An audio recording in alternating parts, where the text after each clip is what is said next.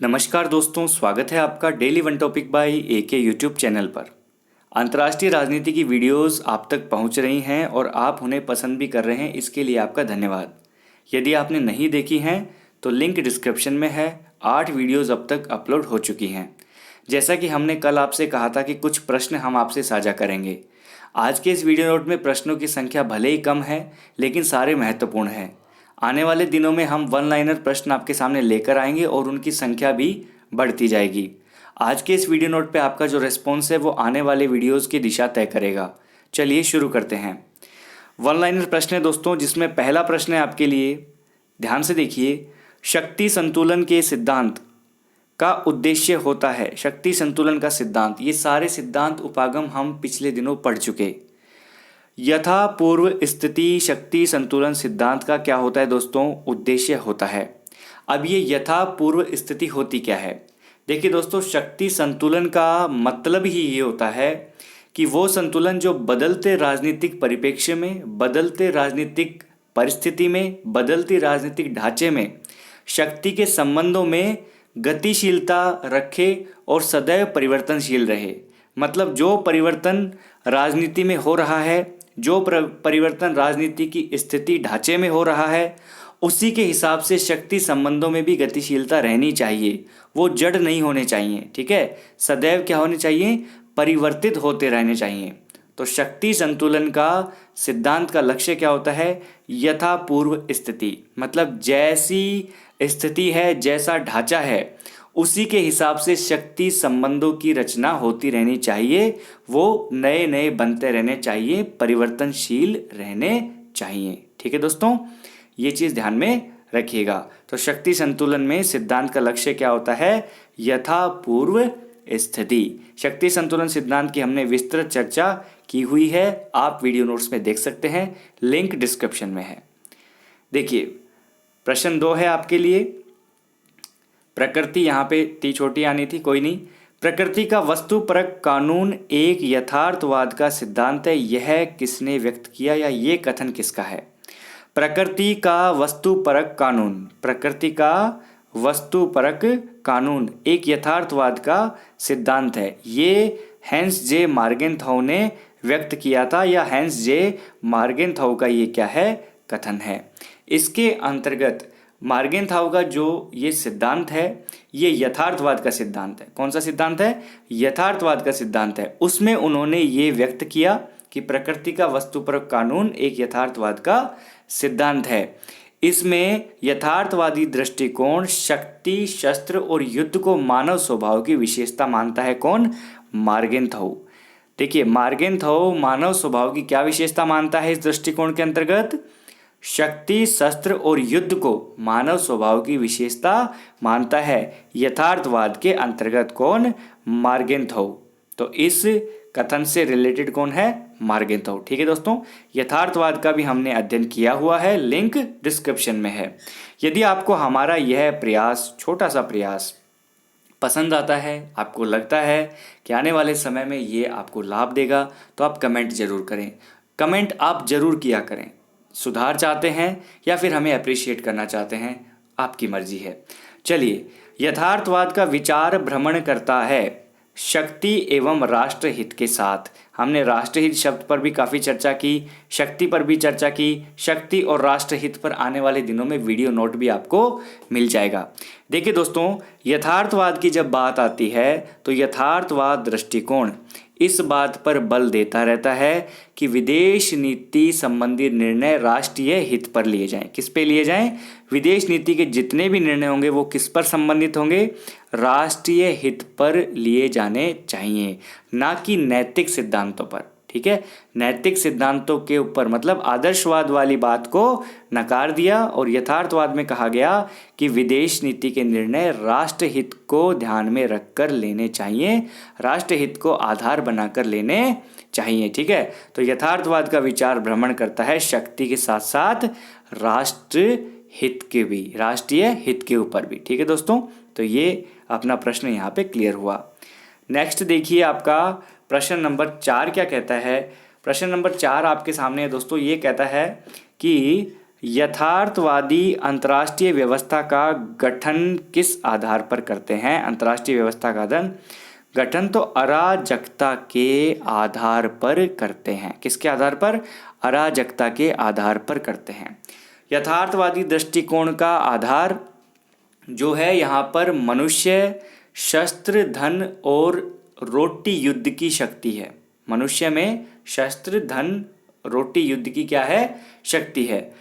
परंतु देखा जाए तो ये जितने भी हैं, मनुष्य है, धन है, रोटी है, युद्ध है, युद्ध की शक्ति है, इन सभी में दो बहुत आवश्यक हैं। एक तो क्या मनुष्य एवं शस्त्र, धन एवं रोटी प्राप्त कर सकता है, लेकिन रोटी और धन मनुष्य एवं शस्त्र प्राप्त नहीं कर सकते। इसलिए दो यहाँ पे बहुत महत्वपूर्ण है। ये जो बात कही थी मैकियावली ने। किसने कही थी?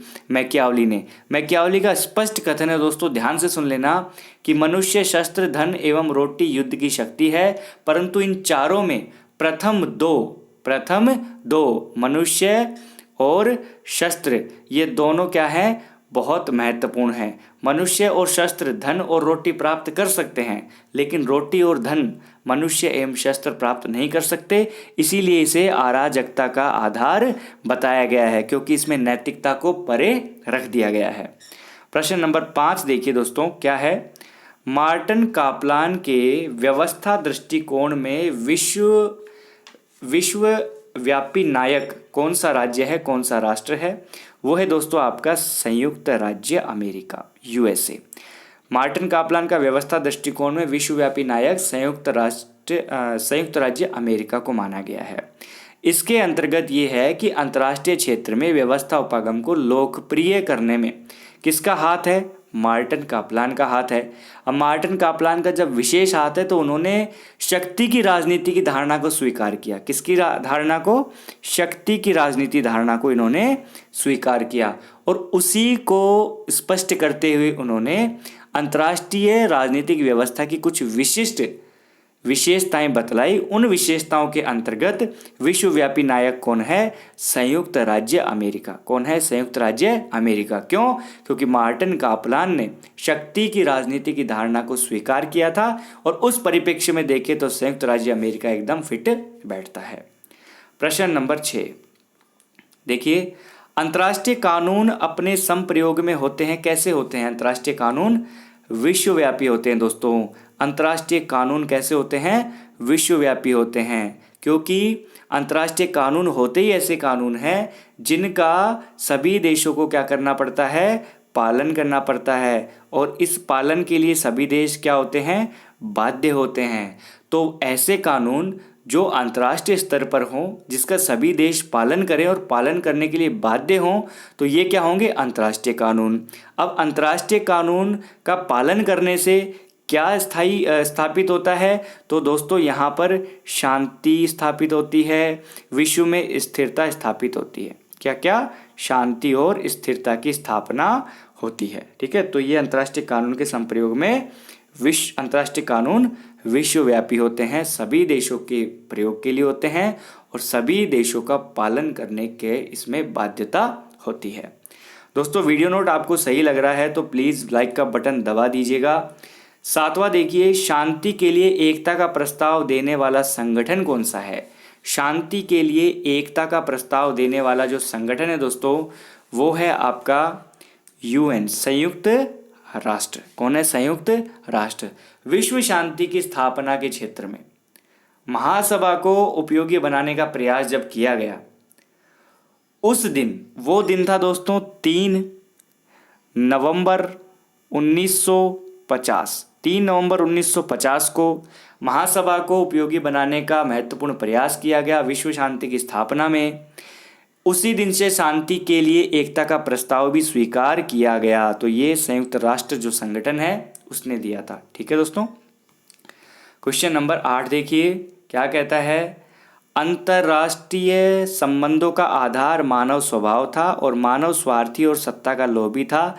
ये कथन किसका है? तो ये कथन है दोस्तों आपके मार्गेनथाउ का। किसका कथन है? मार्गेनथाउ का। मार्गेनथाउ अंतर्राष्ट्रीय जो आपका संबंध है उसके आधार पर ये कथन कहते हैं कि मानव स्वभाव अंतर्राष्ट्रीय संबंधों का आधार मानव स्वभाव था और मानव स्वार्थी और सत्ता का लोभी था। ये मार्गेनथाउ ने कहा है। किसने कहा है? मार्गेनथाउ ने। मार्गेनथाउ कैसे विचारक हैं? तो दोस्तों हम आपको बता दें, ये यथार्थवादी हैं। कैसे हैं? यथार्थवादी विचारक हैं और यथार्थवादी दृष्टिकोण का इन्होंने ये आधार बताया। अब मैकियावेली का हमने कथन अभी थोड़ी देर पहले देखा था, वो कथन यहाँ भी लागू हो जाता है। तो मानव स्वभाव इस प्रकार का है कि प्रत्येक व्यक्ति दूसरे व्यक्ति को खत्म करने के लिए लगा है, नष्ट करने के लिए लगा है, क्योंकि स्वार्थी और सत्ता का क्या है? लोभी है। इसलिए अपनी रक्षा के लिए, स्वयं रक्षा के लिए, आत्मरक्षा के लिए, दूसरों को नष्ट करने के लिए हमेशा क्या रहता है? मानव तैयार रहता है। क्या रहता है? तैयार। तो प्रश्न आपको ध्यान में रखना है, ये किसका है? मार्गेनथाउ का कथन है। किसका कथन है? मार्गेनथाउ का, अंतर्राष्ट्रीय संबंधों के विषय में। ओके, प्रश्न नंबर 9 देखिए दोस्तों। अमेरिकन फॉरेन पॉलिसी 3 एसेज के लेखक कौन है? तो यहाँ पर इसके लेखक हो जाते हैं हेनरी किसिंजर। कौन हो जाते हैं? Henry Kissinger. हेनरी किसिंजर ने ये चीज़ लिखी थी, एक किताब लिखी थी जिसका नाम है अमेरिकन फॉरेन पॉलिसी 3 एसेज। ठीक है, इस चीज़ को हमें ध्यान में रखना है। हेनरी किसिंजर जो इन्होंने विदेश नीति के संबंध में ये लिखा था, और विदेश नीति की भांति जो वहाँ की जनता है, ऐतिहासिक अनुभव है, भौगोलिक स्थिति है, प्राकृतिक संसाधन है, वो विदेश नीति सब उस पर आधारित है।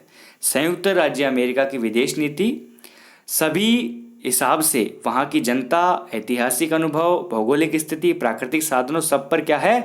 आधारित है। ये हेनरी किसिंजर ने अपनी इस किताब में इसका वर्णन किया है। ठीक है दोस्तों, इस वीडियो नोट का दोस्तों लास्ट प्रश्न देखिए। आई होप सारे प्रश्न आपको समझ में आए होंगे, पूरी कोशिश तो यही की है। अंतर्राष्ट्रीय शांति और सुरक्षा का संवर्धन किस देश के संविधान में प्रतिस्थापित किया गया? तो वो देश कौन सा है? मेरा प्यारा भारत देश। कौन सा है? भारत देश में अंतर्राष्ट्रीय शांति और सुरक्षा की बात कही गई है। अब आप कहेंगे ये कहाँ कही गई है? तो भारतीय संविधान के राज्य के नीति निर्देशक तत्वों में ये बात कही गई है कि राज्य के नीति के निर्देशक तत्व राज्य को इस बात के लिए निर्देशित भी करते हैं कि जन कल्याण के लिए कानून बनाते समय इस सिद्धांत के आदर्शों को ध्यान में रखा जाएगा। अंतर्राष्ट्रीय शांति और सुरक्षा का संवर्धन, इसको ध्यान में रखा जाएगा कानून बनाते समय देश के अंदर। ठीक है दोस्तों, तो ये आपके लिए हमने प्रश्न दिए थे 10, जिनके ऊपर हमने चर्चा भी की है।